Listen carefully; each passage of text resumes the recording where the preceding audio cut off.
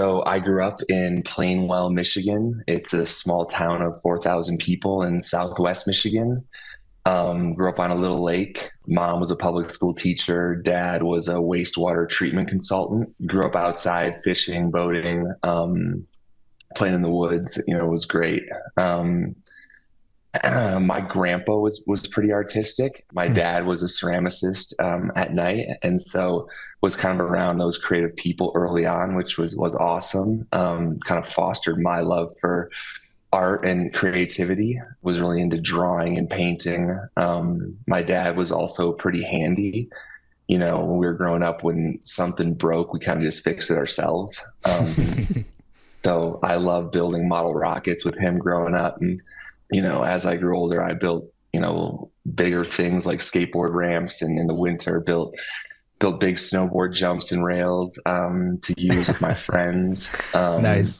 So was always into, design and kind of building things from a young age. In high school, kind of did odd jobs like stained decks, painted houses, that stuff, so I could work outside, work my own hours. I got into hockey at a young age, and played a lot, kind of traveled around the Midwest, traveled to Canada, and kind of in eighth grade at that point, if you're decent, you kind of go to Canada and play juniors. And that was kind of laid out for me, but I didn't want to move away from home. I wanted to stay and grow up with my friends and not live with a host family. So stopped. And my dad was kind of like, well, what are you going to do with your time? And I was like, I'll keep playing soccer, snowboarding, do the high school thing. He's like, well, let me show you what I did. He popped in the VHS. It's him, shirtless, short shorts, mustache, pole vaulting. And I was like, whoa, that looks rad. And he was like, I'm happy to show you. I had a lot of fun doing it. I was like, all right. So we went to the high school track, and I started pole vaulting and got super into it. And that was what I was doing throughout high school. Got pretty good at it, and helped me get recruited to Brown. So I ended up leaving Michigan, going to Brown. I wanted to kind of get out of small town Michigan, go somewhere near a bigger city, either out east or out west. And so landed at Brown. It was an amazing experience, super diverse, pole vaulted through Brown. I studied economics, was very into the stock market, finances, et cetera, but, always had that love for building and art. So RISD, Rhode Island School of Design, was right down the hill from Brown. And so I took a lot of art and architecture classes there, which was fun to kind of like scratch that itch. My junior year, I worked on Wall Street in New York. Didn't have a good time. Wore a suit, rode the subway every day, cranked an Excel. That seems, from what we know you, that seems like the very polar opposite. I can't imagine you wearing a suit in Wall Street. That doesn't seem to fit at all. I know. Influenced by the East Coast kids I went to school with, and it was interesting work, and it was very lucrative at a young age. But I loved. I wanted to, after college, be in a place where I could snowboard and play outside and stuff. And so I just didn't really have a good summer. I mean, I had a lot of fun, but not working. So an actual friend of mine on the track team had a similar experience, and he said, hey, you should really look at this cool company called DPR in the Bay Area. And I was like, okay, tell me about it. So I went to a job fair with him, met the DPR guys, and they flew me out to San Francisco. I had a great visit. San Francisco was close to Tahoe, so I could snowboard. It was a progressive place. It was sunny. I was like, this sounds like a great place to start a new career. So and so DPR was a finance company? It was actually a large commercial construction company. Okay. And they build a lot of medical manufacturing facilities, Stanford buildings, stuff like that. And so they actually had a strong Brown contingency at DPR. And they were known for taking kind of non-engineer engineering students and turning them into project engineers and project managers. So, yeah, I was one of the few economics majors that got a job there. I think I told you before, in college, I built bars for fraternities and some furniture to kind of make money. And I actually used that in my interview. I'm like, hey, I didn't study engineering, but like I can build stuff. And I think it went over well. So I got a job there, moved out to San Francisco with some college friends. But that was in '07 when the economy wasn't doing well, right? And I wasn't put on very interesting projects, and I really wanted to build interesting, complex, contemporary, sustainable projects, and that just wasn't happening at DPR for me. So, kind of leveraged my network. Got some interviews and actually interviewed at a family office. That was Bayshore Global Management. And they were doing some really cool projects for a singular family. And so that sounded super interesting to me. The interview went well, and I ended up getting a job there just 6 months after working at DPR. So I was only at DPR for a short stint, went to Bayshore, and then I was at Bayshore for 7 years, managing this one family's residential real estate portfolio. We were doing projects in San Francisco and Silicon Valley, as well as New York. And that's what really exposed me to high-end residential design and construction. And it was super fun. We did some really cool projects. The clients were amazing. And after 7 years, I was like, wow, this is fun. I think that there's like a real niche here. There's a real need for my services, for these services in the broader market. So, mustered up the courage, left Bayshore in 2014, amicably, I must say. I still consult back to Bayshore to this day. And that was 2014. So started Peak Projects 10 years ago. Wow, that's interesting. So what were you doing at Bayshore? Was it kind of like being an owner's rep, like a lot of the same things you do now? Yeah, it was, yes. We would help that principal acquire properties, so manage the due diligence process, as well as build teams, and then support and manage those teams through design, permitting, and construction. And then there we also helped with property maintenance and management. Gotcha. Yeah, interesting. Go ahead. No, go ahead. I was just going to ask, so what was the motivation to go off and do something on your own? And I ask that question because I do think it takes a certain type of person to want to do that and then continue to do that. Like we were just talking before the call, that having a business is not for everybody. So I'm just curious, like what was the motivation to attempt this and then obviously keep going with it once it started? Yeah. Bayshore was a great place to work, but I always kind of wanted to do something on my own, and I wanted to have kind of more control of my own schedule, and a lot of architects, contractors that I met were just really excited me about doing this for other people, and I couldn't do it for other people at Bayshore.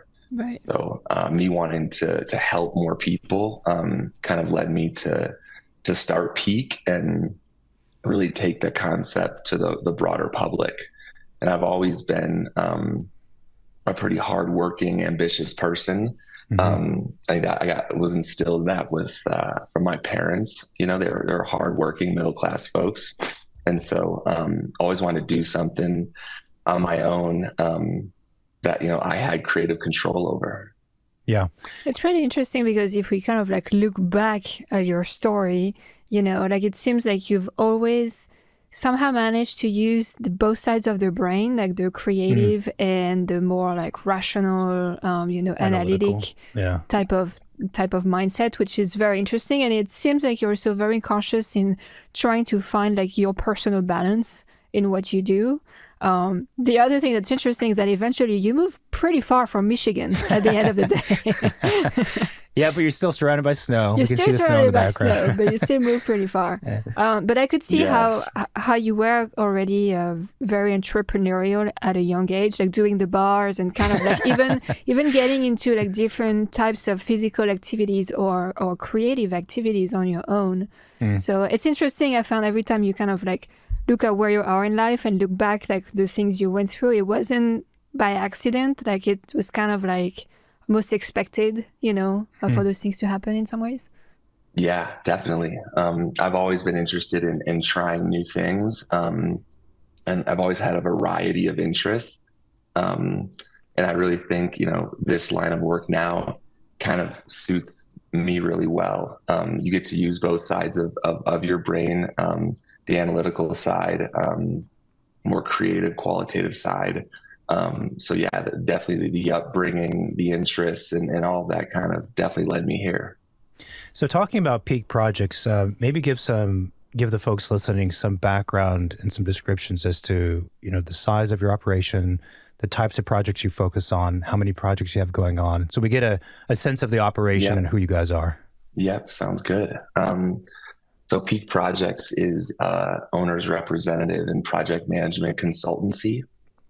We're 59 people as of today. We're managing a little under 100 projects. We're currently working in 12 states: Hawaii, California, Nevada, Washington, Colorado, Utah, Montana, Wyoming, Texas, New York, Pennsylvania, and Florida. You should just list the states. You should just list the states you're not operating in. Eventually, that'll be the shorter list. One day, yes. We're also doing some projects in British Columbia, Canada, Mexico, Puerto Rico, and the Dominican Republic. Majority of those projects are high-end single-family residential projects. Our typical construction budget is between $15 and $50 million. We do have some outliers at, 100 million, 150, and even one behemoth at 250 million. What? Yeah, pretty wild project in Florida. But we help clients throughout the entire process. We play a critical role in overseeing and representing the owner's interests, throughout the planning, design, and construction phases of a project. Kind of like I described earlier, we'll help in all phases as early as due diligence to help clients acquire properties intelligently, help build high-performing teams, negotiate those contracts, and then help create momentum and maintain momentum through the design, permitting, and construction process, overseeing the project from the owner's goals and objectives perspective, as well as the budget and schedule perspective, and really just have the team have an amazing time with the project, have the client enjoy the process, make it efficient for all the team members, and make it an enjoyable experience along the way. Yeah, it's interesting. So maybe you would know better than us, but I feel like the role and position of an owner's representative in the single-family residential space is relatively new. I want to say the last maybe 15 years or so, the last 10 years, it's become much more popular. I think owners reps have been much more common in the commercial space, which with, the budgets are much, much higher for big projects. But the question is, I guess for most folks who might not have heard of this position before, why would such an individual or company be needed in addition to the typical two big players, which are the architects and the contractor, kind of the two that people think about, and then throw in designer possibly. Those are like the three that everyone knows of. And, folks might be wondering, well, those two or three people, that covers all my bases. So why would I have an owner's rep on top of that? Yeah, totally. I think, like you said, the position has evolved a lot in the last 10 years, right? I think the reason owners reps exist more so now is there's an increased emphasis on project management. I think there's just a growing recognition of the importance of professional project management in construction projects. The projects overall are increasing in complexity. I think you're right. It was more common in commercial projects, but, as the size and scale and complexity of these residential projects increased, so did the need for, holistic professional management. I think there's also been a shift towards like integrated project delivery models, which promotes collaboration, risk sharing, and definitely like the early involvement of all key stakeholders like pre-con GCs, et cetera. In this model, you align on project goals and optimize project outcomes, right? Whereas, traditionally you might hire an architect, complete the entire design, and then hire a GC. I think the integrated project delivery model needs more upfront management in that process. I think good owners now really focus on risk mitigation. There's various risks and challenges along a construction project, economic uncertainty, supply chain disruptions, regulatory changes, weather, et cetera.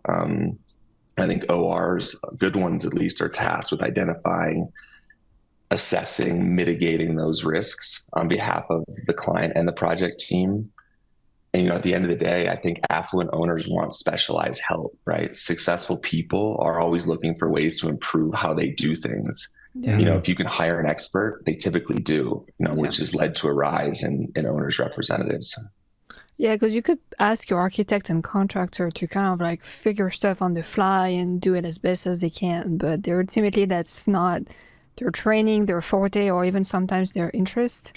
Well, that's an interesting comment because speaking to your point, Grant, about the complexity of projects, and obviously when you have projects that are $20 million in construction, they are complex, but I think folks also they underestimate how complex smaller budget projects are too. Definitely. And so I think before, let's say, the architect was sort of the one that was being the owner's rep. And when there's not an owner's representative, your responsibilities as an OR typically falls on the architect. But speaking to the complexity of projects, it's sometimes we even forget how complex these things are. And there is therefore an advantage to having, let's say, this third person, the OR, who kind of is a project manager in a sense, but also sort of oversees and keeps tabs on all of the things, everything across the entire board. And it's very easy in a project that lasts 2 years, which is a typical timeline for even a modestly sized project, a house, for things to fall through the cracks. Because as architects, we have enough stuff to worry about. And I feel like when there is an OR, there's kind of, from our perspective, in a way, there's also a safety net that you bring for in case that we or the contractor forget something. When we are specializing and focusing on the architecture, the contractor's focusing on the building. There's all this other stuff. Yeah, I think the word focusing is very important, because if we lose focus on what we've been hired for, then I think that's where the projects maybe start to not be as successful as it could have been, because we just try to take on too much on our plate. So having an OR, to me, the best advantage is that we can really focus on what we're really good at and kind of let everyone else focus on what they're really good at. Yeah, well said. I think, traditionally, architects played that role. And, I think there can be conflict sometimes, right? Of between maybe for the architect and the GC, right? I think it really makes sense to have someone in the owner's seat just to mitigate any conflicts that the contractor might have of managing their own work, or with the architect, project aesthetic and direction conflicts. Sometimes those can be at odds with the client sometimes. And I think it's beneficial and nice to have a non-biased third party managing those folks on behalf of the client. So like you said, the architect can focus on what they do best and what they want to do, and the GC can focus on putting good work in place, and the OR can kind of take care of the rest, all the administrative burdens, et cetera, and also hold the client accountable to make decisions in a timely fashion. We find our architect and GC partners really value that with us, and we're helping them get the information they need quickly and efficiently. Yeah. There's a few things that I want to pick up on what you said. First was I forget what you called it, non-biased third party. Non-biased third party. Yeah, it's a great phrase because it's a very good description, and you know this because we've talked about it before. But I think that's something that as a value add, just due to the nature of your position, is significant. Because when a client speaks to an architect and then they turn and they speak to a contractor, again, we're representing the best for the project, but also our own needs to a certain degree. And there's always a little bit of friction between the architect and the contractor generally. And so I find sometimes for clients, especially at the beginning of a project, they just don't know who to fully trust, because it's very easy to feel like, well, the architect's going to give me certain answers because they are an architect, and the GC is going to give me certain answers because they are a GC. Whereas an owner's rep, I mean, obviously you have stake because let's say you want the project, but it's different. Like you're not designing it and you're not building it. So it allows you to be a non-biased third party, which I think from a client standpoint would be very beneficial, especially in the early phases, just to have that person who can say, I've worked, in your case, on, I don't know how many projects you have going on, almost 100. I've seen a bunch of things. I can tell you that, you know, this is the way to go. This is fair or not fair, et cetera, et cetera.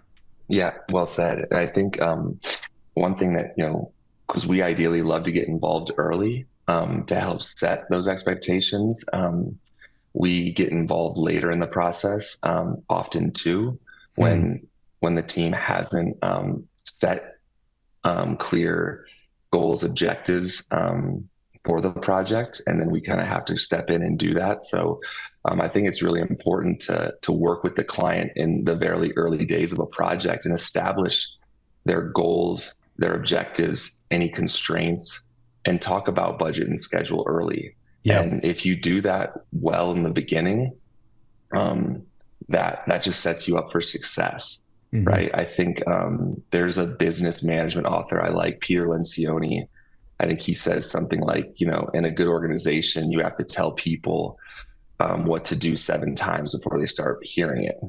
So I think, you know, that happens, or that doesn't happen a lot on projects, right? We'll talk about budget and schedule once, and then it doesn't get talked about again, right? Yeah. And that's what happens when we come on late and there's budget or schedule issues on a project, right? Yeah. It's like, well, the team didn't always track back to those original goals, right? And we always are holding those at the forefront of the project.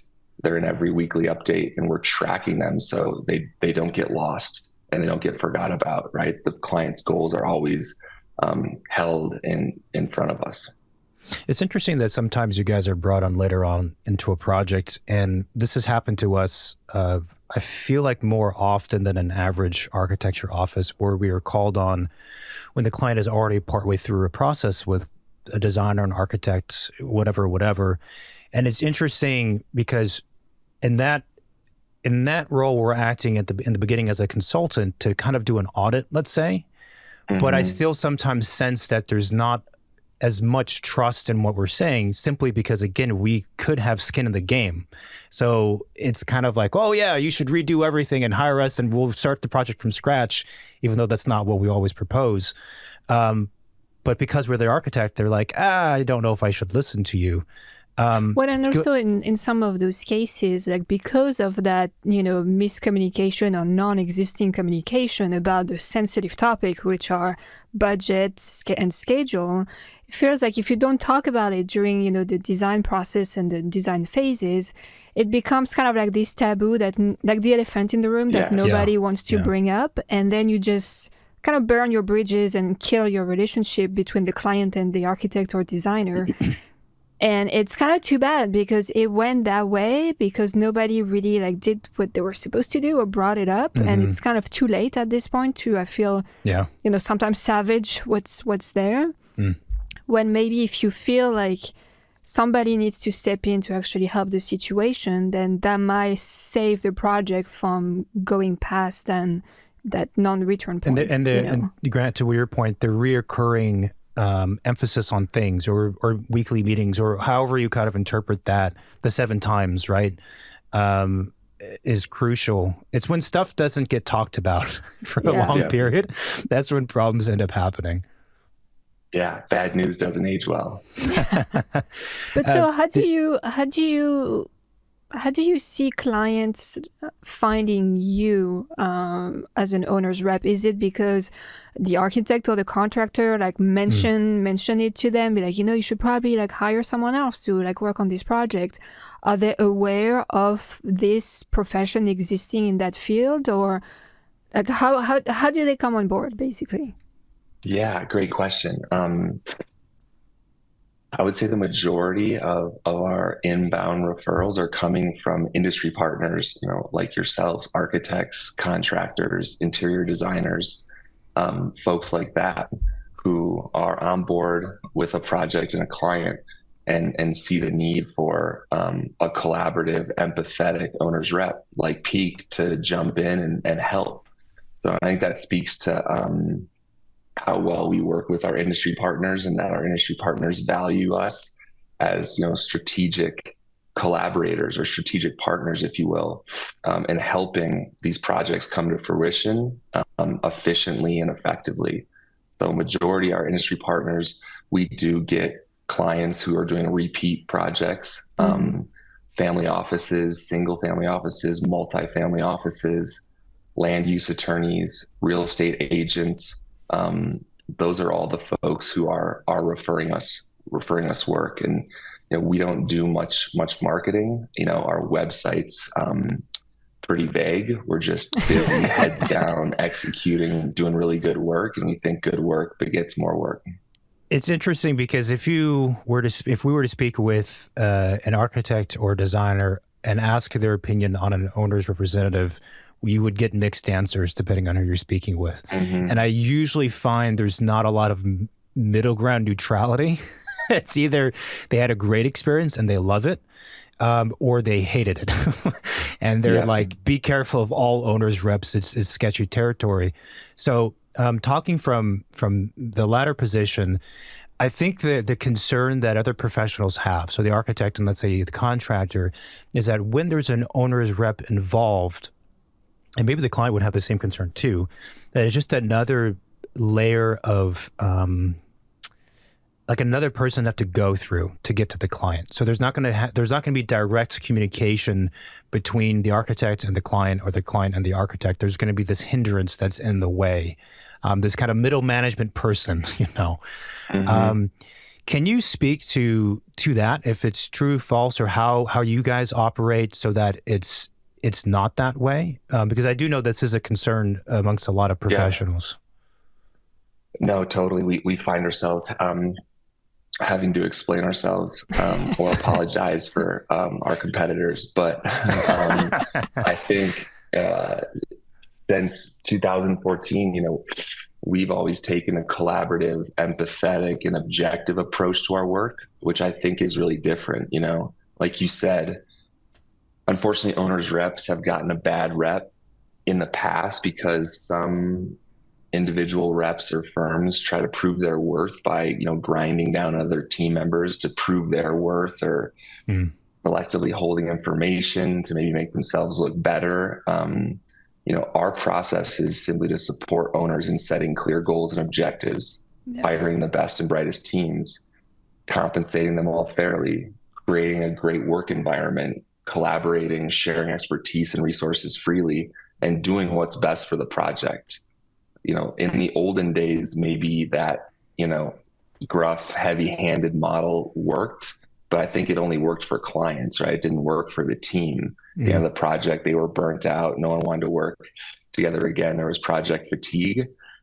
I think in this day, and if you read any leadership or management book, that's not how you get the best work product from people. Right. And it's pretty simple to us, but I guess it hasn't been that simple to, others in the industry. And so I think that's why we've been successful, is really looking at it from a strategic partnership lens and trying to help and not oversee or manage, but help the team have and what they need to be successful and meet the client's goals.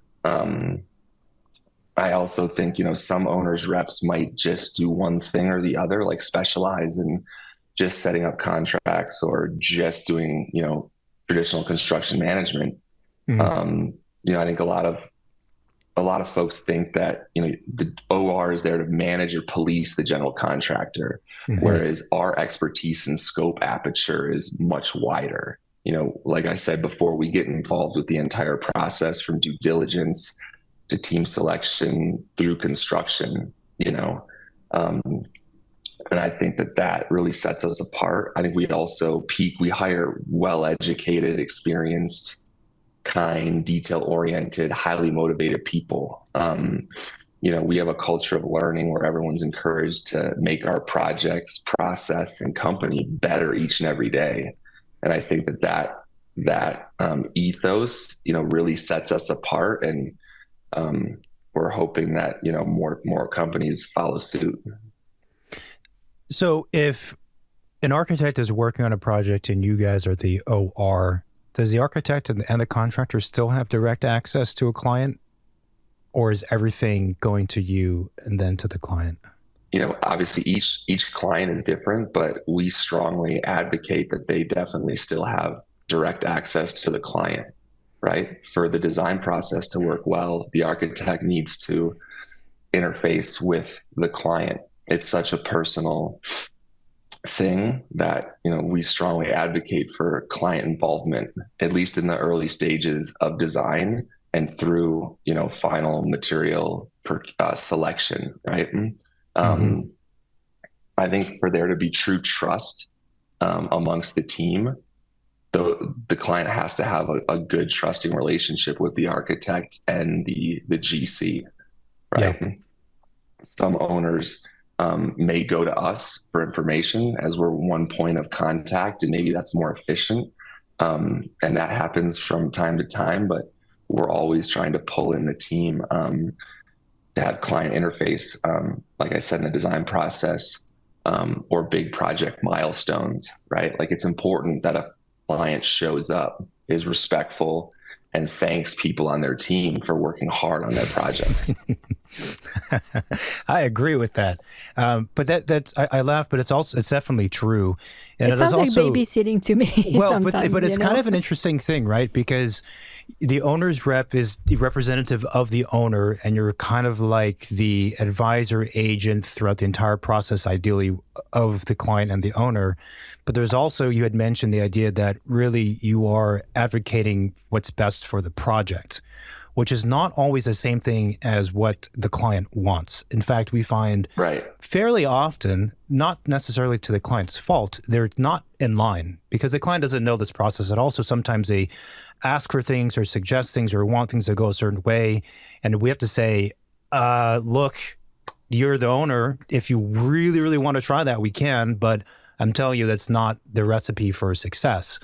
But anyway, so the idea, though, is that I think one of the value adds you guys bring is that, again, you're championing the project and whatever's best for the project. And it doesn't mean that you are, again, just cracking the whip on behalf of whatever the owner wants. Yeah, correct. Well said. That happens often where an issue will come up and we're collectively problem solving, and the recommendation the team makes to the client might not be what the client originally wanted, but it's what's best for the project.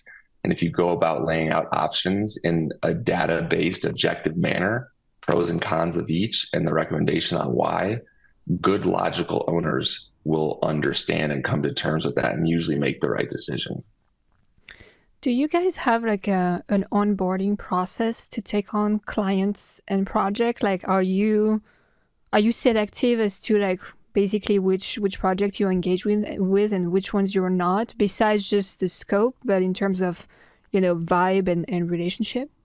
Yeah, definitely. We're lucky now where we can be a little bit more selective on projects, but a good project to us is architecturally obviously interesting, complex, in a cool place, but more important than not, the client, has to be the right fit. Yeah. They have to share similar values to Peak. They need to be respectful and appreciative of us and what we do. And ideally, they need to like allow us to advise them properly. They need to allow us to hire good teams. They can't just hire a world-class architect and the rest of the consultants off Yelp, right? Yeah. They got to do it right. Right. So we, when we're doing like initial, business development and new client calls, we kind of have our own little list of questions we're asking to try to get and pick at that and understand how they tick and how they think, what their feelings are towards budget and schedule. Do they have realistic expectations, or are we going to need to significantly modify them? Right. Yeah. Do they have big blind spots or not? Right. How's this going to be? Because these projects, as you know, are not short, right? If we're getting involved early, we could be working with this client for 2, 3, 4, 5, 6 years, right? Yeah. So you got to make sure it's a good fit, personally and professionally. And you're going to be most likely the person giving them the good and the bad news too. So I feel like that's right. Yes. That's the other advantage of having you guys involved. Like, ooh, this is a challenge. This is the problem. Peak will handle it. We'll talk to the client for us. Yeah, we're happy, and we do that a lot. We shield the team members, the architect, the GC, from a lot of unnecessary negative noise on a project, right? But that's to allow you to focus on what you want to do and not get bogged down by bad dynamics of a project, right? Yeah. If we can shield that from you as much as possible. I was wondering, does the style of projects you guys work on matters for what you do, like a modern versus super traditional versus whatever else, or is it not so relevant? No, good question. It is relevant. I think since I started, 10 years ago in the Bay Area, technology really influenced that. These were tech founders, private equity, VC type folks. Most of them we're doing more contemporary projects, right? Mm-hmm. So predominantly most of our work is leaning towards the contemporary side. We have done a little bit of traditional work. We've also done some classical work, with Ferguson and Shamamian, Andrew Skirman, Mark Appleton, folks like that. But I would have to say most of it, sides on the traditional side. Interesting. Contemporary side. Right? Yeah. Maybe talking about, getting to the nuts and bolts of what happens typically. I know it varies depending on the project, but typically during the phases. So let's say I'm a client, I'm approaching you, we're having our first meeting, and I've been smart enough to approach you from the very beginning as opposed to later on when shit hits the fan. And I said, okay, I don't know anything about construction or architecture, none of that stuff. Maybe I have an architect in mind and a contractor in mind. I have a healthy budget. I'm going to do a house. What would be some of the key things that you would tell me, or some of the, like you mentioned, blind spots? What are the common blind spots that clients have at the beginning that they're not aware of? Most clients think about budget, they think about style, but beyond that, and maybe schedule, but beyond that, there's not a whole lot. So what are the things that you would tell me that I would, I'm missing from my vision? Yes, definitely. The biggest blind spots, I think, are kind of not really defining your goals properly in the beginning and taking time, investing time to do that up front, right? A lot of clients will acquire a property, ask a friend who they use, call that architect, and then get going, right? I think it's really important to take your time, think about, ponder what your goals are for the project. Is this, the home for the next 5 years? Is this a forever home? Do you want to have multiple family members and grandkids use it? Really, really understand what this is going to be, and then do your due diligence. And obviously Pete can help with that. Architecturally, what's interesting to you? And from there, we try to get insights from the client on what makes them tick, are they going to be okay with more of an artistic, nonlinear process, or are they going to be quick decision makers, straight down the middle, right? There are different firms that are better for each of those types of people. Or maybe they want to hire an out-of-town architect where they're going to need a local AOR to execute the project properly. So we really just kind of understand what their long-term goals are, what they want to accomplish, how do they want to accomplish them, what's their working style, and then from our experience and current projects can kind of match them up with potential good design partners and help facilitate interviews and help kind of compare them side by side and help them make an informed decision. But it's really ultimately up to the client and what they want to do in that realm. But let's say we've helped them acquire a property. We've helped them select, an amazing architect, then kind of cruising into the phases, right? In the early concept design phase, right? We're collaborating with the architect and client to ensure there's very specific goals, objectives, and constraints. We're assisting the architect and the client in engaging any other design professionals necessary at that moment.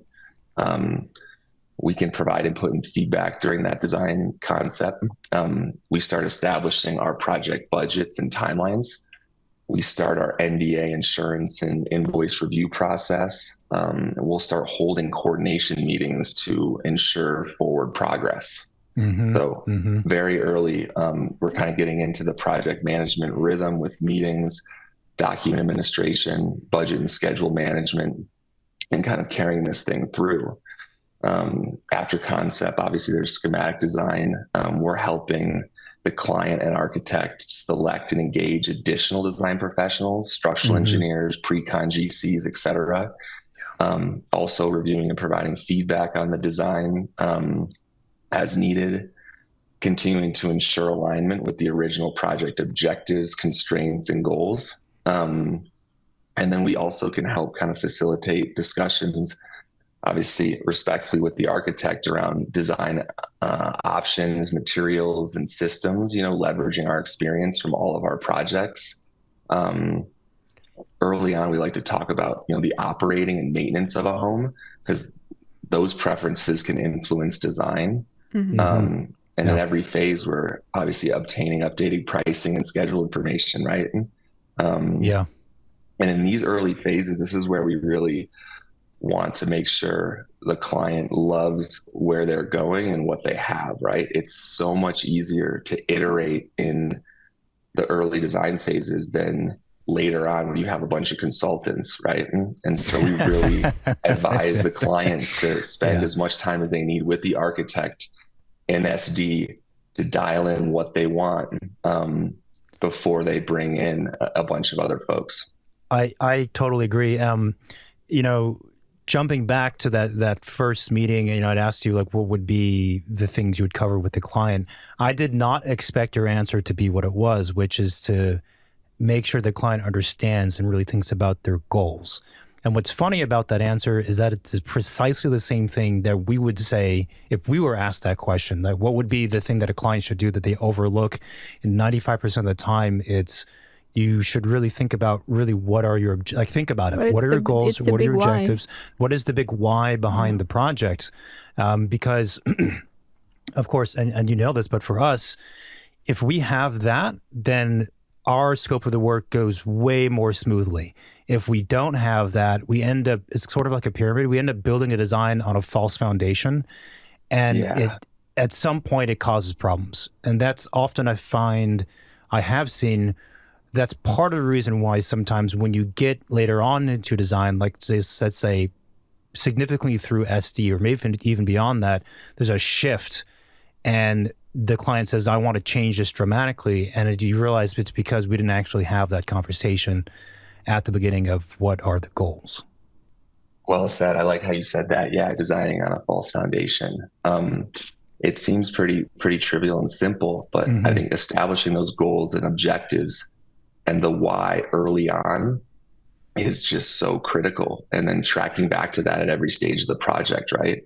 Because like you said, after SD, you cruise into design development, the DD phase, and you're collaborating with like an entire design team to further that chosen design concept. There's specialists and systems and consultants and all this jazz that go into it, and that thin plan set starts to get a little bit thicker, right? And then it gets real thick when you get into CDs, right? And if you change something there, there's just like a massive reverberation through the whole plan set that's really disruptive, expensive, and time consuming. So before design starts, you described kind of the conversations you would have with the client. You're putting together the team or helping them do that. During concept design, are you guys typically sitting in and being present during concept design and schematic design meetings and giving your, I guess, opinions or thoughts on whether or not design option A or B is better or worse? Or how does that go? Yeah, we definitely sit in on design meetings. I think to be able to properly lead and oversee a project, we have to be, involved in the design process for sure. Mainly from a budget and schedule perspective.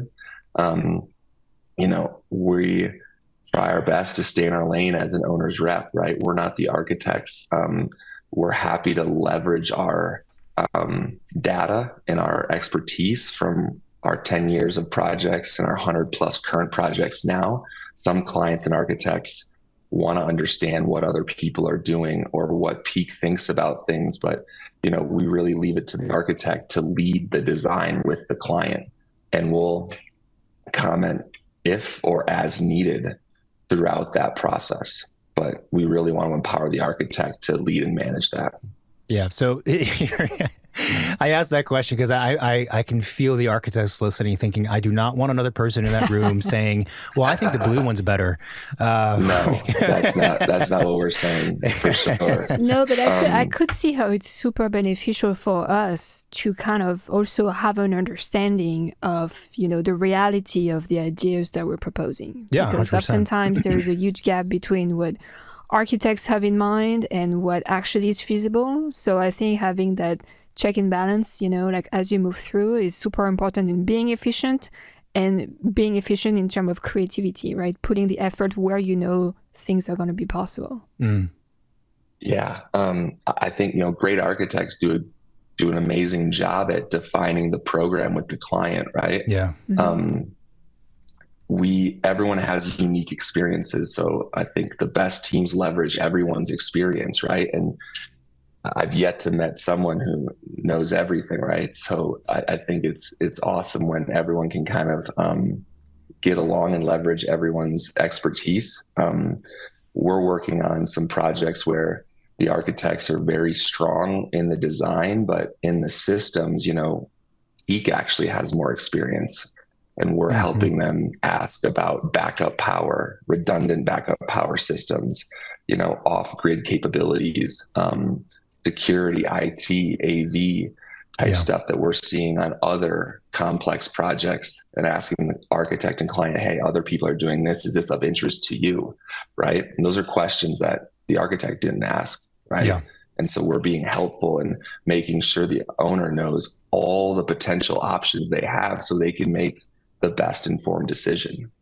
I like that point because it ties back into, in my view, the complexity of projects. And it's one of the reasons why we love taking the collaborative approach to working with other professionals and working with other and sometimes even new professionals, is because if everyone's cool, then you get to share information. And a contractor we're working with, they have, a lot of times there's a lot of older contractors who have done lots of projects, a lot of different types of projects, and it's just a resource.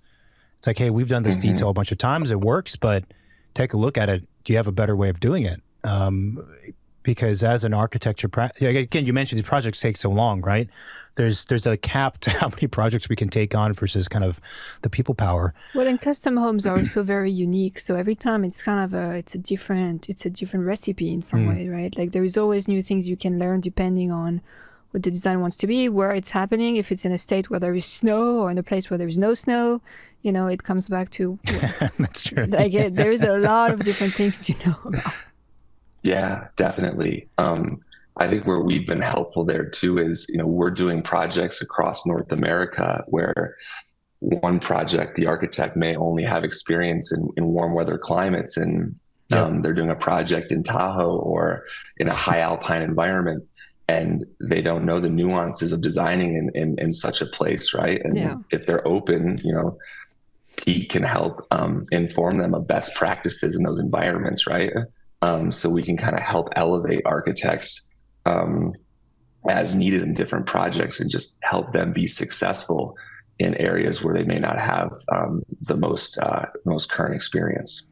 Yeah, it's funny. This is sort of an aside in a sense, but because we practice on the East Coast and the West Coast, we have a pretty good sense of those two climates and like snow and things like this. Even just gutters. Gutters. A lot of California homes don't even have gutter. I don't get that. And, having like an airspace behind siding and all this kind of stuff. But what I was going to say is that sometimes I hear, stories of an architect who is used to practicing, as you said, in one climate, let's say a moderate climate, and then they're doing a house in Truckee or something. And they also, for whatever reason, them or the client have decided to hire a contractor who also doesn't have experience in that area. And then sometimes also an engineer who doesn't do engineering in that area. And I'm like, if it works out, then hats off to all four of you. But if it doesn't, and there's problems, which you probably will have in that case, then I don't know why you did that. I would not, speaking as an architect, if I were practicing it in a place where I wasn't familiar with, my first instinct would be to not hire a GC who does not do work there. Because the GC is the one who builds the things and they know best practices, and I wouldn't want them or an owner's rep or somebody who was local when it comes, especially when we're talking about construction, the detailing, keeping water out and all that kind of stuff. I don't want to mess around with trying to reinvent the wheel in a new place. And just, I don't need that. Totally. If that were to happen, that's when a client, I think, just didn't do a great job selecting a contractor, didn't do a great job selecting the team and putting them together to give the project the highest chance of success. Yeah, and in the team structure, the way I see it too is that there is more, how do I put it, more flexibility, or it's easier for an architect to do work in different places. Definitely. It's not to say the architect is not responsible for thinking through the construction aspects of a project or the engineering or whatever else, but the engineer does the engineering, the contractor is in charge of constructing it. So that's a benefit for us. We can work in a bunch of places. Yeah. And you can work remotely too. A contractor can't. Yeah, that's true. A contractor it's a bit more complicated. Similar to your business model, the owner's rep business model, or at least ours, is more fluid like that, right? Like we can pick up and manage projects kind of anywhere, right? And travel like you as needed, where obviously a GC needs to have more of a localized presence in terms of people, equipment, et cetera, to do work. So it's definitely harder for any GC to scale quickly or go to new markets effectively. There are some who already have that infrastructure who do it well, but it's really hard for the average local contractor to kind of to scale and go to somewhere different. Yeah.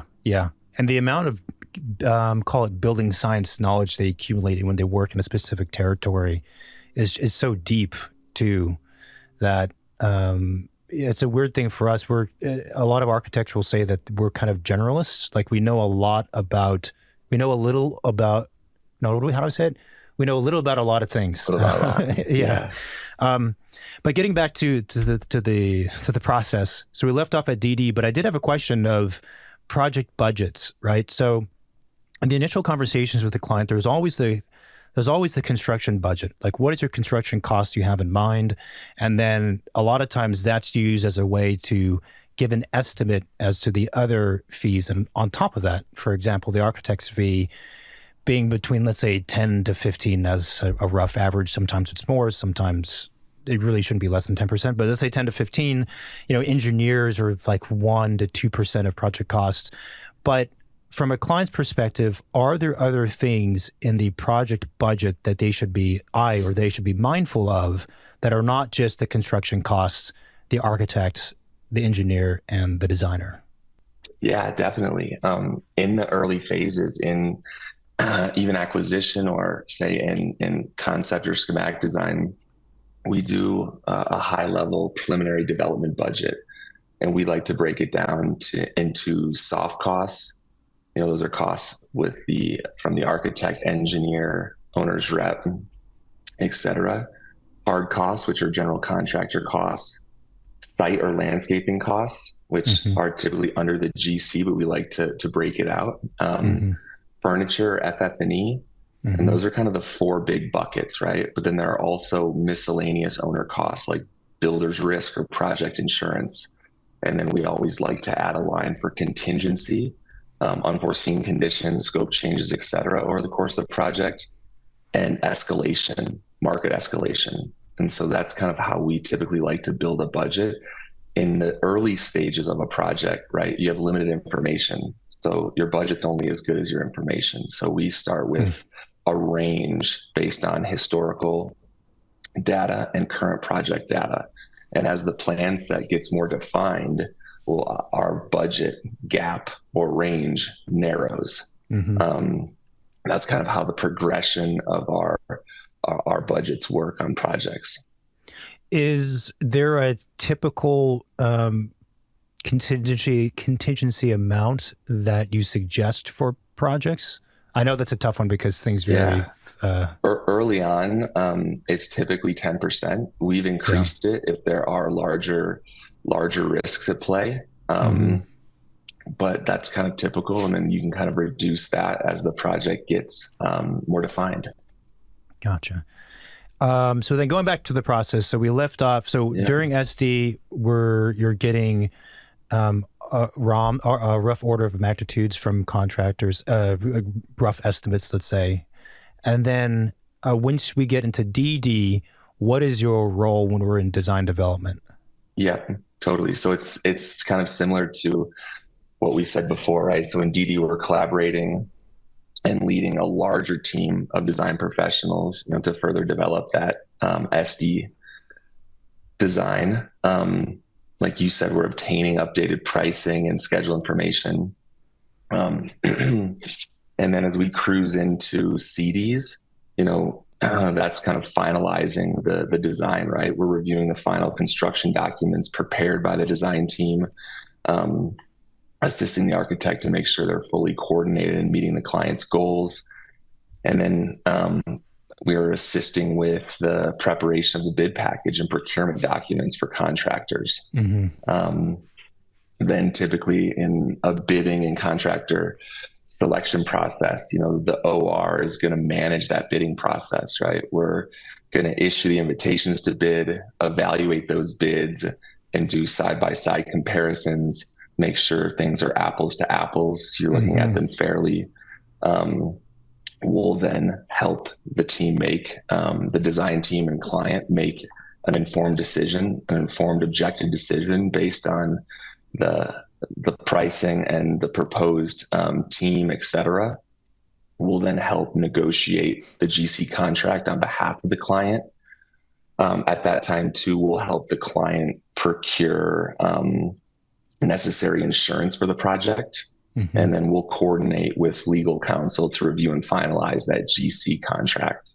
Kind of the next phase is typically, a permitting phase, and we're going to work again with the team to ensure the project or the plans comply with, building codes, zoning regulations, environmental requirements, other permitting criteria. And we'll help coordinate, the preparation and submission of the permit application. Let's say that gets approved, we're cruising into the construction phase with, finalized drawings and a GC on board, right? And in that phase is when we're kind of overseeing the construction process alongside the architect who's performing CA, construction administration, to ensure that the contractor's work is carried out in accordance to the plan specs and, the owner and our quality standards, right? Similar to an architect, an OR is conducting regular site visits, usually coincide with an owner architect contractor meeting or a big pay app to review the work in place, and we're just there to monitor progress, quality, what have you. We're actively participating in coordination meetings in that phase as well, in addition to the OAC meeting. And in that phase, we're addressing and resolving issues and conflicts and change orders that arise during construction.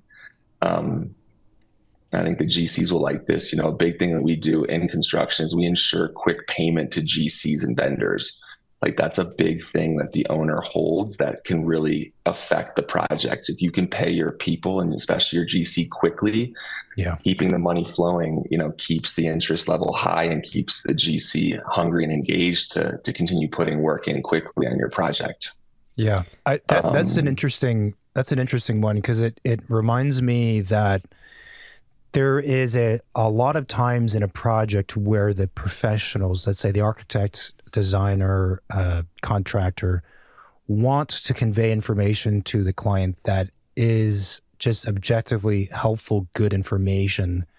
But again, I find it's not always easy for a client to just take it and just go with it, because there's that they're not non-biased, as you put it. And I guess it's basically reemphasizing that point of being a non-biased third party is just super beneficial, because you're really acting as a trusted agent of the client. And I feel like they could trust you, because why else would you be advocating for this thing? It doesn't affect whether or not you make money. Yep. Well said. No, we're doing that a lot with the teams during construction, mainly, change order management. We all know that that's going to happen. And so we have a good process in place to kind of let everyone understand what that is.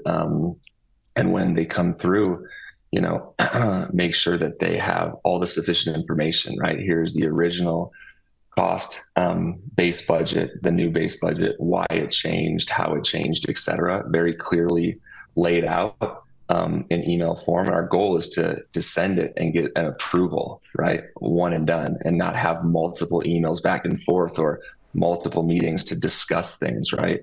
That doesn't help, make the process more efficient. If it's a fair change order, we need to process it quickly and efficiently and get on with our work, right? And that's what we're trying to do, is just make the whole process in construction more efficient for all the team members, including the client. Are you guys often reviewing pay applications and reviewing the work for that with the architect, or are you doing it on your own, do you find? No. Our preferred process is to kind of take the majority of that work off the architect's plate. We're reviewing for mathematical accuracy, correct backup, liens, waivers, et cetera, and then reviewing the work in place, and then serving it up to the architect and saying, hey, Peak Projects has reviewed this. We would also like you to review it as well, because typically in AI contracts, the architect sometimes signs the pay app as well. But we like to collectively do that together, but with Peak doing the majority of the heavy lifting, making it easier on the architect. Nice. That's one specific aspect of the whole process during construction that I think was much more common for the architect to lead and do on their own. But and in some ways that makes sense, because we want to review the work. But in other ways, more and more architects are like, really truthfully, at the end of the day, if I didn't have to do that or do the bulk of the work, I'd be happy not having to look into all the stuff you mentioned and just focus on the thing. I mean, there's different types of architects for sure, but And it creates also a weird dynamic, I think, between the architect and the contractor, because it's we'd rather like, blame the these owner's guys rep for the reviewing rough. my work, and I mean, it's just a little bit awkward. Going back quickly on the cost, I mean, I think one of the questions that probably our listeners would have is that, how does the professional fee of hiring an OR works? Is it a percentage of construction? Is it a fixed fee? Is it an hourly? Like, what is, maybe more typical in your field? Oh, and then also on top of that, what is the typical fee in total if we were to think of it as a percentage of the project cost? You got it. We typically tell our clients, an OR fee can be 2 to 6% of hard costs.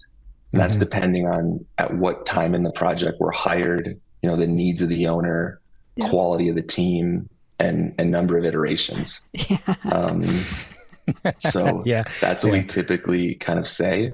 Holistically, we're seeing soft costs on a project kind of between 25 and 35% of hard costs. And, our fee kind of falls into that, in addition to the architect, ID, structural, et cetera. So it really depends on the projects, on all the aspects of the project that kind of ultimately determines our fee. Yeah. That makes sense. And we bill, to answer your other part of your question, we bill hourly. We feel like it's a disalignment of incentives to charge a percentage on the project cost. Yeah. And so if we're really representing our owner in their best interest, we need to bill hourly. Yeah. I think it goes back to efficiency. I mean, if the client is efficient in making their decision, and then you pay for what you need, and no more and no less. Yeah, Definitely. I mean, we have this debate often about hourly versus fixed versus percentage. But it's a funny thing as when I am contracting with someone and I'm paying someone else, I actually like hourly, which sounds nuts because most people don't like hourly, right? Because it's going to bleed on. But I just like knowing that if they are working, they're being paid. I don't like the idea that I'm underpaying them. That's actually my biggest concern. I don't like taking advantage of people. And also, of course, I don't want to overpay necessarily either. Yeah. But I think in your case, especially keeping it divorced from the construction costs makes sense. Yeah. I mean, I know some architects, and I think it used to be a thing that was more popular, where their fee is based on a percentage of the hard costs. And but a lot of architects say they don't want to do that because of the conflict of interest it creates. Yep. We've definitely seen that shift in the industry where, a while back it was always, 10, 15 or whatever percent of hard costs. And now we're seeing it hourly, with a rough estimate based on a percentage of the project, but it's billed hourly. Yeah.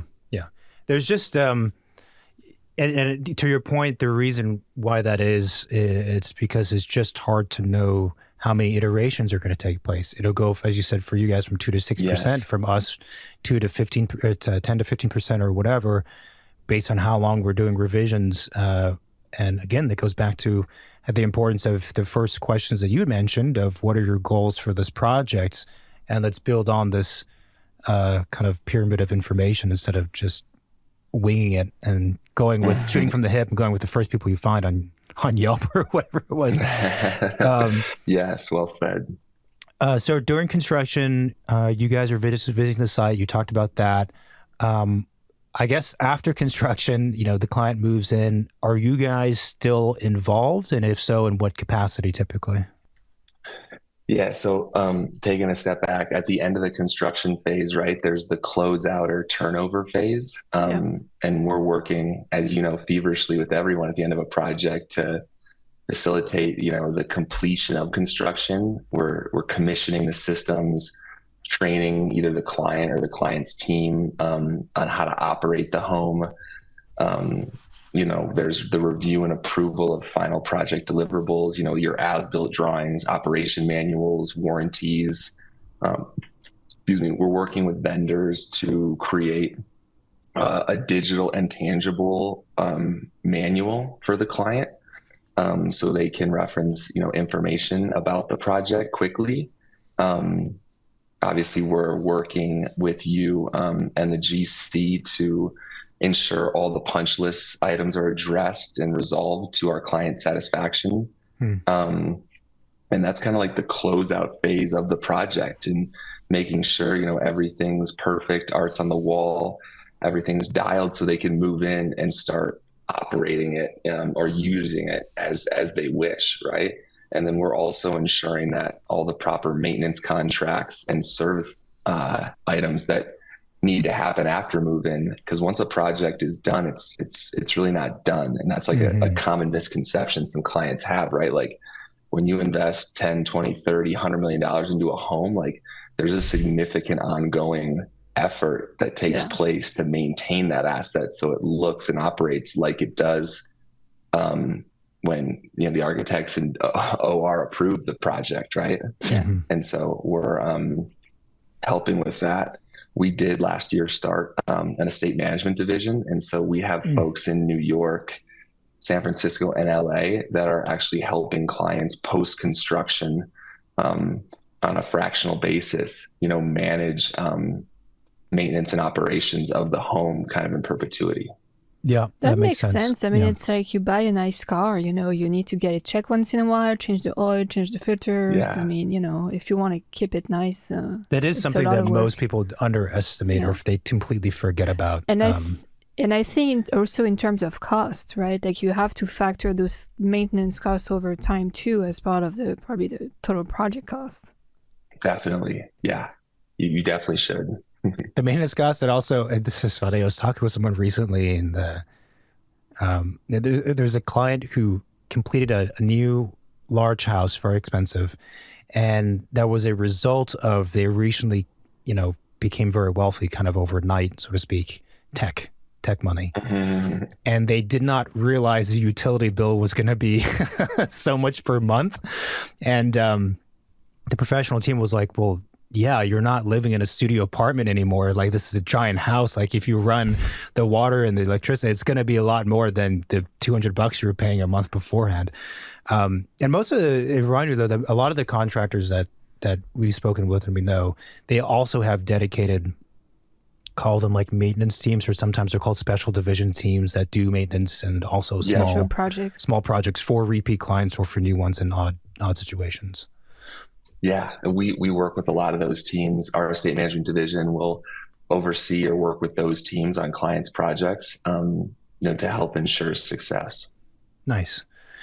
There was another thing you said early on a few times, which I thought was interesting, is helping clients compare apples to apples when they're considering contractors or architects.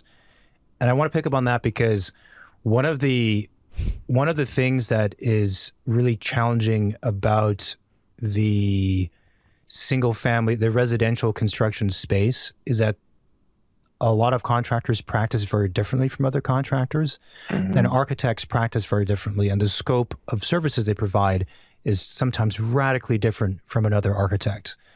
And so what we see from our side is that we are oftentimes having to explain to clients, tell them, like, make sure you are comparing apples to apples. Like, understand if you bid it out to 3 contractors, you have one that's high, middle, and low, and let's say the low one is significantly lower, it's for a reason. And it's not just because they're a bad person or they don't do good work. It's probably because quantifiably they're leaving out work. The same thing with an architect, to be honest. Yeah, well said. So we're big on making information clearly digestible so you can make actionable decisions based on it quickly, right? Because our clients have limited time, right? So we need to present things like they get presented in a boardroom, right? And so we're big on, clear and effective communication. So we do well in that. I think going to the contractor question, I think oftentimes people pick contractors just based on cost, right? Which is just like one tiny element in the responsible decision-making process, right? Like the way we help clients pick or select contractors is through a pretty detailed RFQ process, request for qualifications. We want to understand everything about them, right? We want to check their credentials, their experience on similar projects, their organizational and management structure, their financial stability. We want to review portfolios and past projects. We're calling and checking references. We're considering their communication and collaboration style. We're reviewing their deliverables. I want to see how dialed their meeting minutes are, what their schedules look like, what their different budget formats are, RFI submittal process, mock-up requests, et cetera, right? We're big on evaluating the proposed project team, right? We want to ask for resumes of who's going to be on your project. Like oftentimes it's the owner selling the project, but you don't know who the PM, super, PE, foreman, et cetera, are going to be. Like you need to know that before signing a contract with a contractor. Then going to the financial part, right? Understanding their contract terms, like what are their hourly rates, their fee percentage, their division one, how are they going to manage the project? Like that's an important thing to look at when you're trying to figure out who's going to be more expensive than the other. Because at the high end residential level, GCs are a lot of the time are using the same subs, right? So it's about how they themselves are going to manage the project. And that's what, clients need to really determine and hone in on. Clients, should also visit ongoing projects, right? Walk up, is the site clean, organized? Are there subs on site? Is it like a well-oiled thing? Yeah. Right? And like you got to see it to believe it. Yeah. I think where architects can play a big role as well as us is, you can ask about their preferred subcontractors.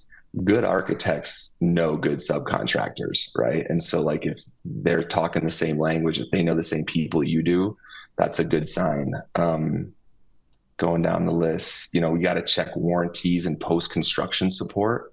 Like those are big things. Like if and when stuff goes wrong, how does that work and how do they deal with it? And a question I really like to ask is like, understand how they would creatively manage your project. Like not all projects are the same, right? Like some projects have multiple access points, increased laydown area, this and that. Each project has like unique optionality to be creative with from a contractor's perspective, right? And good contractors are creative. And I think, like last but not least, personality alignment. Like, do you get a good vibe from them? They share similar values.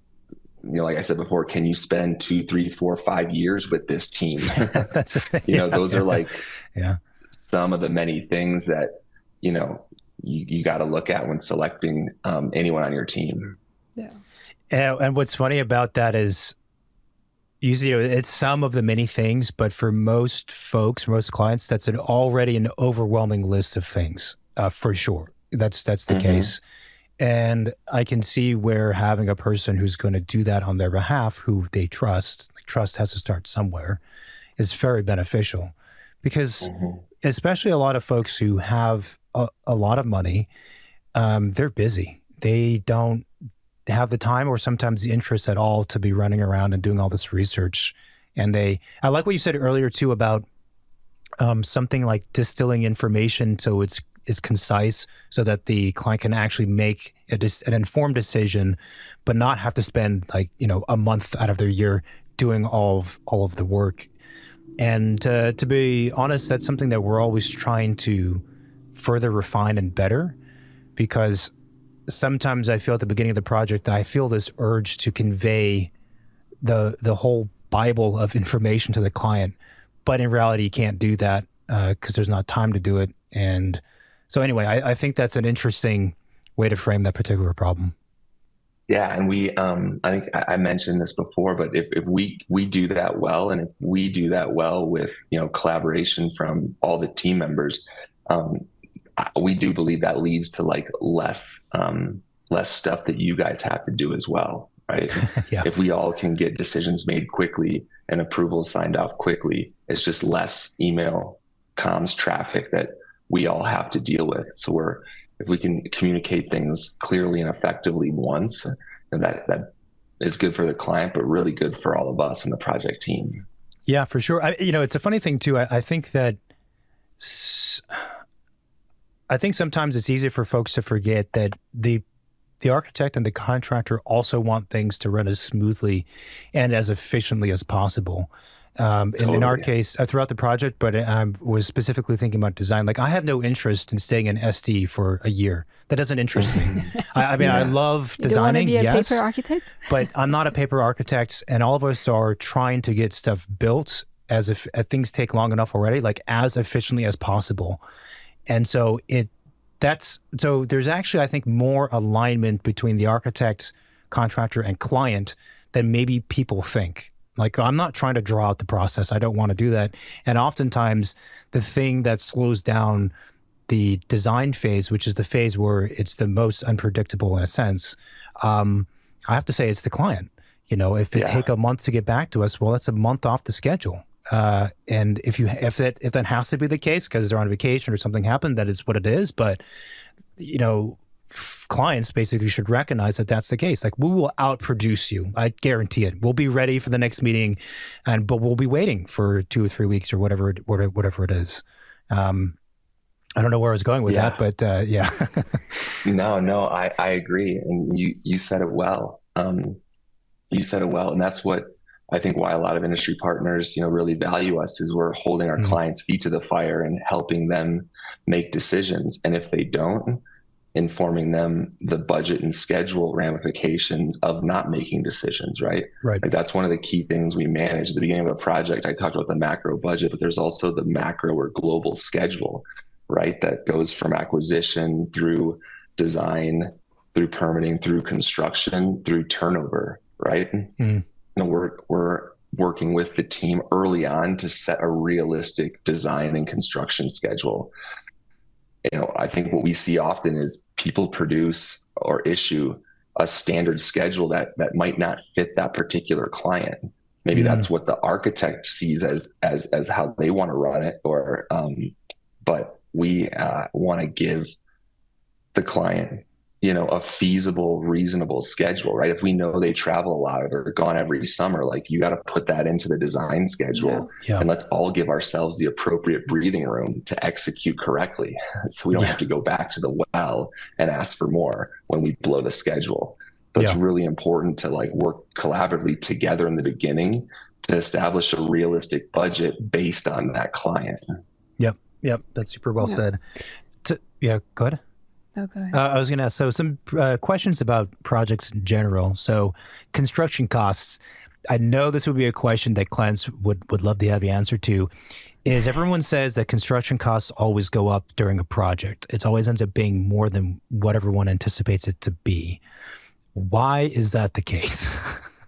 Yes, good question. I think construction projects, at least in the last couple of years, have just been going up in general. I also think, more directly to your question, I think there hasn't always been great budgeting early on or throughout the entire process. But why it always goes up, I think, is, especially in today's age, people are fast tracking projects, right? They're starting projects with not complete information. And so there are allowances or placeholders in a budget, and those get reconciled as the scope gets defined and the project gets bought out.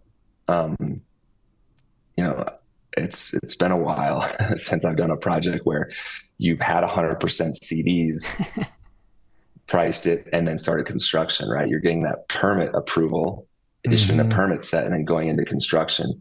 But you only have 25% CD pricing at that time. There's still a lot of unknowns, like I said.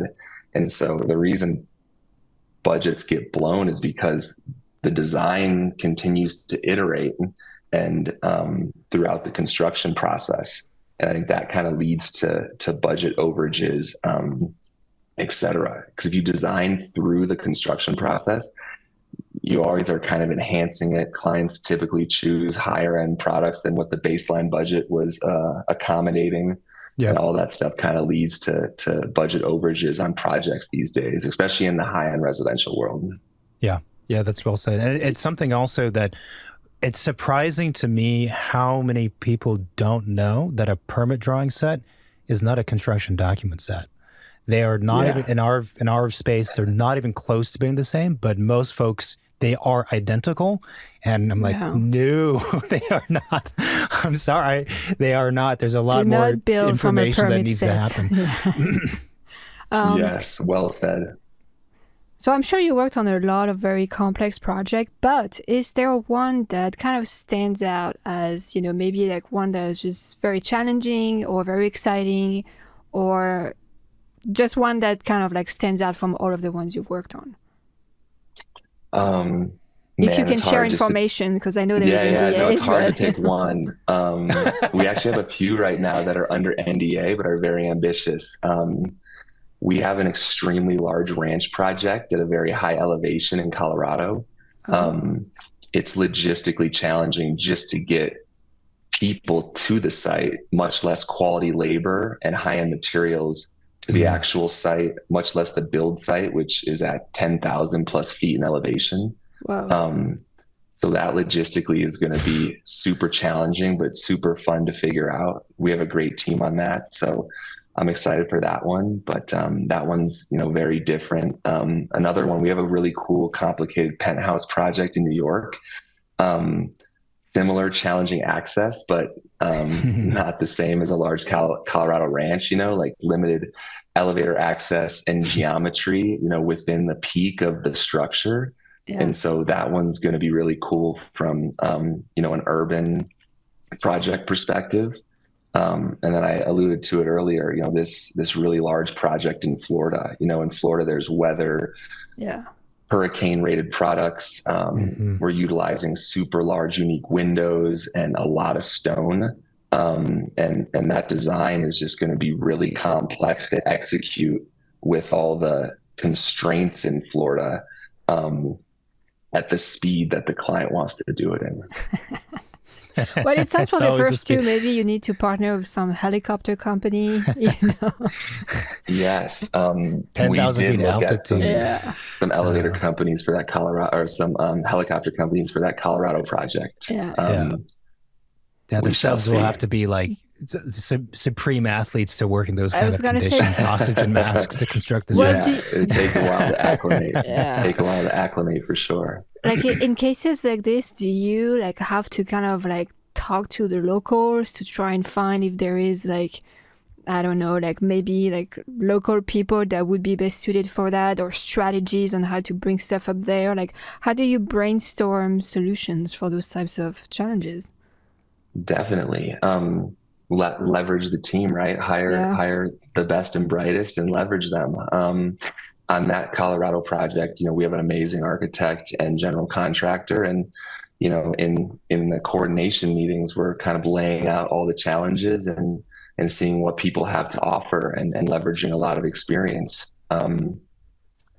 Our regional principal in the Mountain West, has a ton of experience, and his personal experience is very leveraged on that project to help. And in those projects, we try to leverage as much local talent as we can, that can meet the project goals and the design parameters. But when we can't, then we leverage outside resources and have to transport them in to accomplish the project. Yeah. So Marina asked the fun question. I'm going to go back to asking the other questions. So what would be your advice for a client who's going to embark on a project, but they want to, as best as they can, control the construction costs? I mean, I don't want to use the word control as in control, but control to a degree, and also the schedule, and not have them get blown up. Yes. Good question. Advice for a client, I think, again, I'm going to sound like beating a dead horse, but you got to establish the goals and objectives of the project, and you got to talk about budget and schedule early and define your appetite for those. You need to fully design the project, and then not change your mind during construction. I think if you fully design the project and that project is well priced, well pre-planned for, you will have limited budget and schedule issues during construction. But when you change the scope during construction, that leads to budget and schedule changes. Yeah. I mean, it's like a ripple effect, right? You change this one thing on the design drawing, then all of the consultants, the timeline, everything just gets impacted. Yeah. And the GC is then focusing on that change instead of putting the predetermined work in place. Yeah. Right. Yeah. We also see a similar issue when construction starts based on a very loose, incomplete set of construction documents. And it's so common. And I think it's because everyone wants to move quickly. And the misconception that clients have is that to have a project go quicker and be completed quicker is to start sooner, start construction sooner. And from the outside, I can understand why someone would think that. But from the insider's perspective, that's not the case. There was a phrase you used earlier on in the conversation, which was mitigating something, mitigating mistakes, mitigating something. And I like that because I find that the key to project success all around, but if we're talking about budget and schedule specifically, is to just do a little bit of work, spend some money and time now to save huge during construction. Folks are always so eager to start demolition, to start pouring foundations.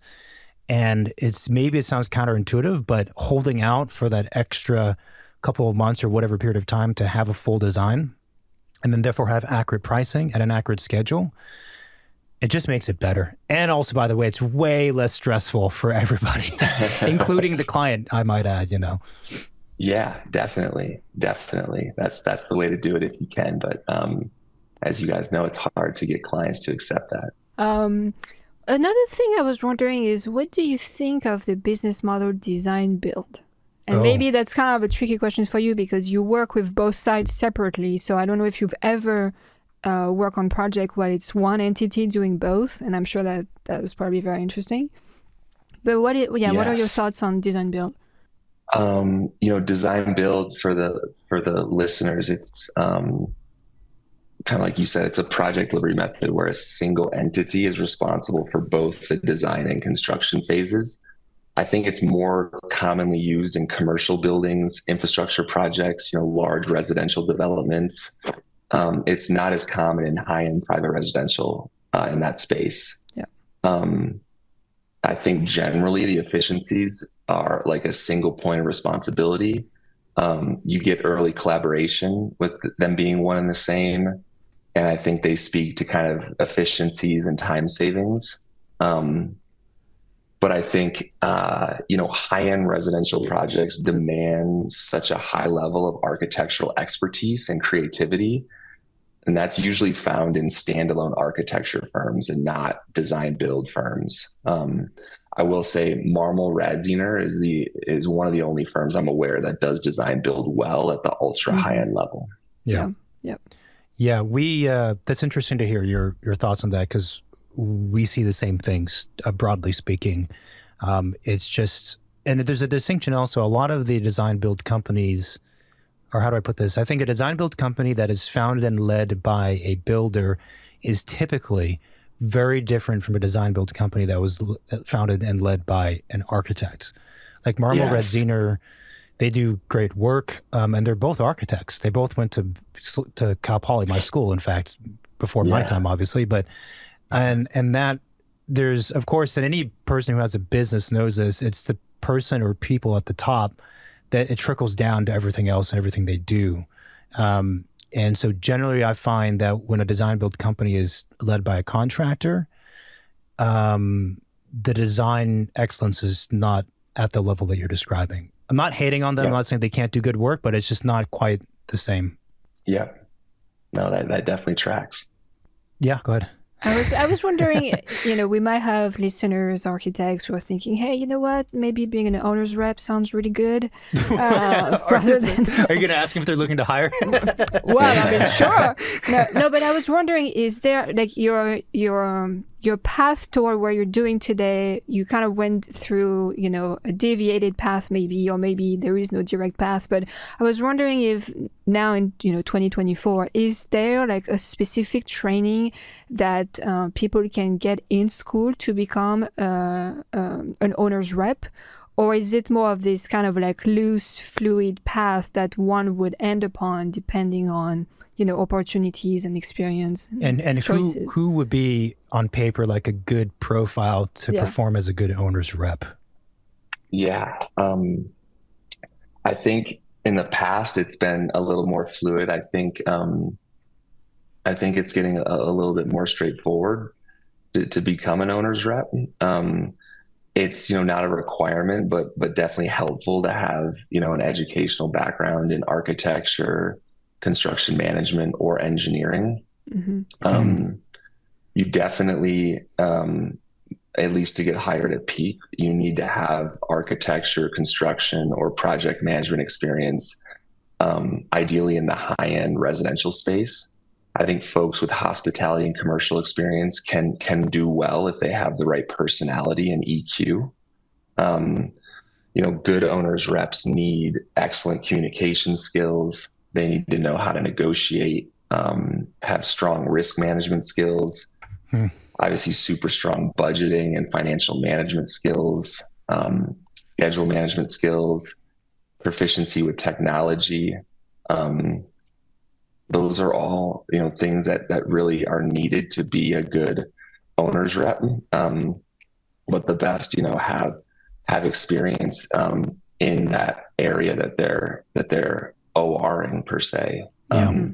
I think it's just really important to have experience, be kind and respectful, and again have that high EQ, because at the end of the day, you're there to kind of lead and shepherd the project along, and you got to be able to work with all different types of people, read the room, and be able to move things forward for everyone. Yeah, it's a lot of different qualities to a person, but the experience part is interesting because I think it could be easy for folks to feel like, well, if I'm a kind person and if I'm empathetic and I know how to read a room and I'm also driven, then that's enough for me to be my own on my own, be an owner's rep successfully. And I think to your point, those qualities are necessary, but I just have a hard time envisioning that individual I described being successful if they don't have any actual knowledge and experience in architecture or construct. I just don't see it happening. Yeah, no, really agree that you have to understand how things are built and the process behind it, right? You have to understand the different phases of design, the players involved,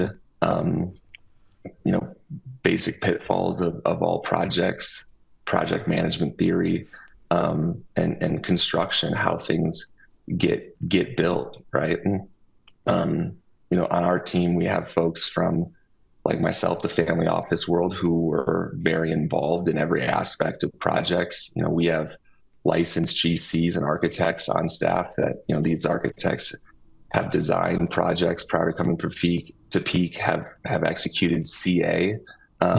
Contractors have been involved in pre-con and construction. We do have a couple engineers and, ex-sustainability consultants who have had exposure and experience with all processes and phases and stages of construction projects. And like you said, you really need that real experience and understanding of the work to be able to advise effectively on it. My last question, from a client's perspective, or a question that would be helpful for the clients, and you maybe already covered it, but what would be like the 3 most important pieces of information or advice you would give to a client who's embarking on a new project, assuming they don't have experience in any of this? Yeah. Invest time in comprehensive project planning, right? Set project goals and budgets, define the why of the project. Like you said, really build the business plan of the project. Secondly, talk budget and schedule early and often. Like define a budget and schedule, even if you're okay if that modulates, right? Mm-hmm. You got to have a baseline and then track it as it goes up or goes down. So there's a history of it, and a log on how and why it changed, right? And then, last but not least, you got to build an experienced, high-performing team. So invest time in project planning, talk budget and schedule, hire a great team. Yeah, awesome. Another question which we didn't cover but would be useful is what types of projects or clients would require an owner's representative? Because I know obviously you guys operate at the high tier and also the extremely high tier. And people might be wondering, well, do I need to be spending $20 million in order to have an owner's rep? Is it only that tier of project that requires this layer of oversight that an owner rep provides? Got it. No, I think, any type of project type could require an owner's rep. Commercial, healthcare, cultural, hospitality, historical, high-end residential, I think any client who's embarking on a complex project wants professional third-party management, appreciates, saving time, and wants the project to be, delivered in a textbook world-class way, right? So I think there's all types of projects that can require an owner's rep, and a client who values those things, like I said, would make a great fit for an owner's rep. Yeah, I like that point. I like the point because it's not just about the project itself. It's really about the client and who they are. If they like things to be run a certain way, then it could be beneficial, even if it's a smaller size project. Definitely. You guys have been, working in many different states, like you mentioned, and you have also projects overseas. Is there a desire to grow overseas more? Is it common even in other countries to have owner's rep, or is it more of a US type of profession? First, yeah, I would love, ever since I started Peak, I've always wanted to just help different types of people. And so we've been fortunate enough to help a lot of people on a lot of cool projects, in all the places I mentioned. It would be amazing to help in Europe on projects. So we would love to open an office there and start work there. And then from there kind of see where that takes us. But I really think that there's an endless opportunity for clients we could help, given what we do all around the world. In terms of where it exists and where it doesn't, I think I'm gonna guess that, on the West Coast, maybe 20% of projects have an owner's rep. As you move east, that number increases. Yeah. I've talked with a lot of family office folks, and this and that, and I think they attribute that to just governance of wealth, right? The governance level that clients take out east is just higher than that out west. Again, could be a generalization, but it's typically older money, and they just kind of protect and manage their money a little bit more thoroughly than new money, right? In London, it's just a known thing. You hire a project manager before you hire anyone, like no questions asked. Really? Right. So, as you trend to, older, older places, the governance goes up, and so does the existence of owner's reps. So you just have to keep going east, it sounds like. That might be the plan. Eventually you come back around. I mean, speaking from our experience in New York City, it makes sense. I mean, who knows with these kinds of things, but that seems to track based on what we've seen and experienced as well. I want to know, what is the most challenging part of your job, as maybe not so much as a business owner, although that as well, but as an owner's rep? Like, what's the most difficult thing? The most frustrating thing, I think, with our teams right now is just like opaque and opaque billing departments. With limited information, right? I know it's pretty specific, but we like to foster this open, collaborative environment. We expect all of our partners to collaborate back in the same manner, which everyone usually does, sometimes except for them.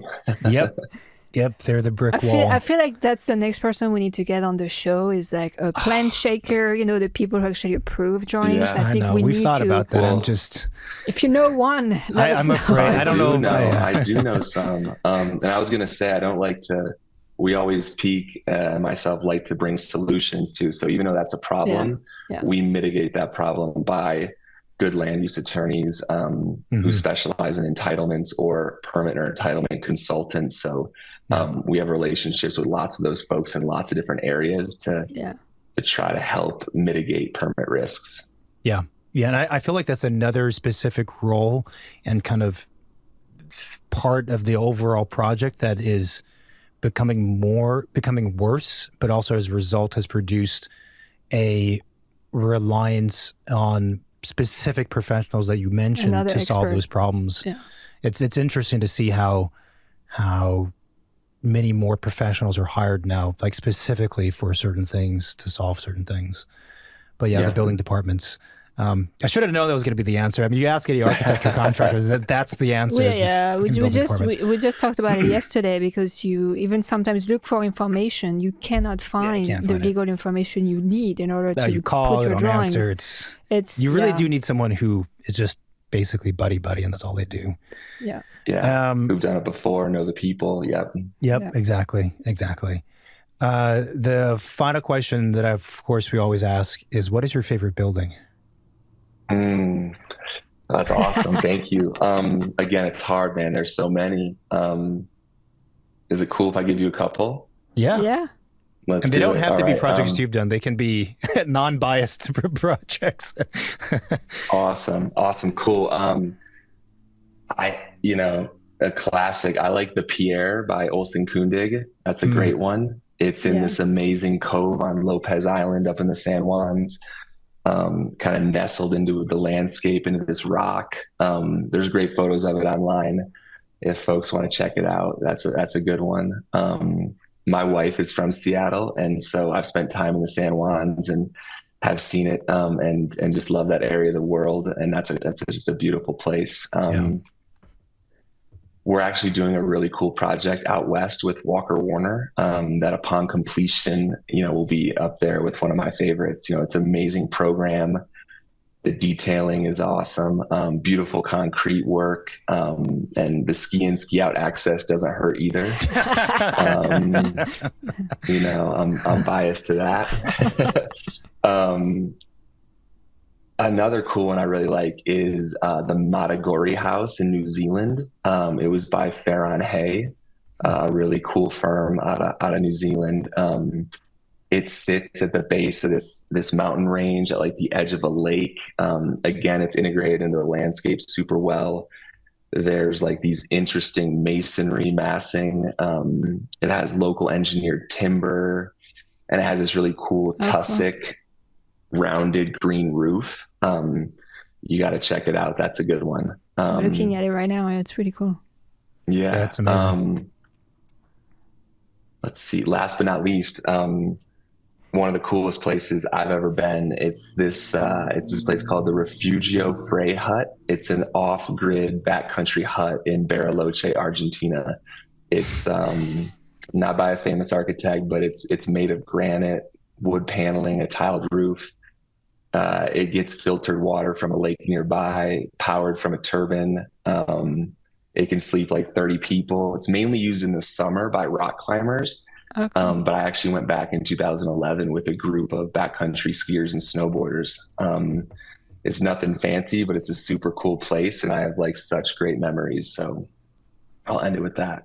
That's awesome. I like that. So you said 2, you gave us 4. That's a great spectrum. Those are really I love cool. it. Yeah. Grant, thanks so much for making the time to be on here. I think this was very interesting for sure, and I know it's going to be helpful for a lot of people. No, it was great to talk to you both. Thanks for the time. Hi, everyone. Thanks for watching this video on YouTube. If you like what we're doing, then please support our show by hitting that subscribe button. You can also find us on most of the social media, Facebook, Twitter, and Instagram. We're mostly on Instagram. And you can reach out to the hotline, 213-222-6950. You can send a text message or leave a voicemail. If you have any reaction to this recording, any questions you might have, or guest suggestion, feel free to send it our way. Cool. Thank you for watching, and see you next week. Thanks. Bye-bye.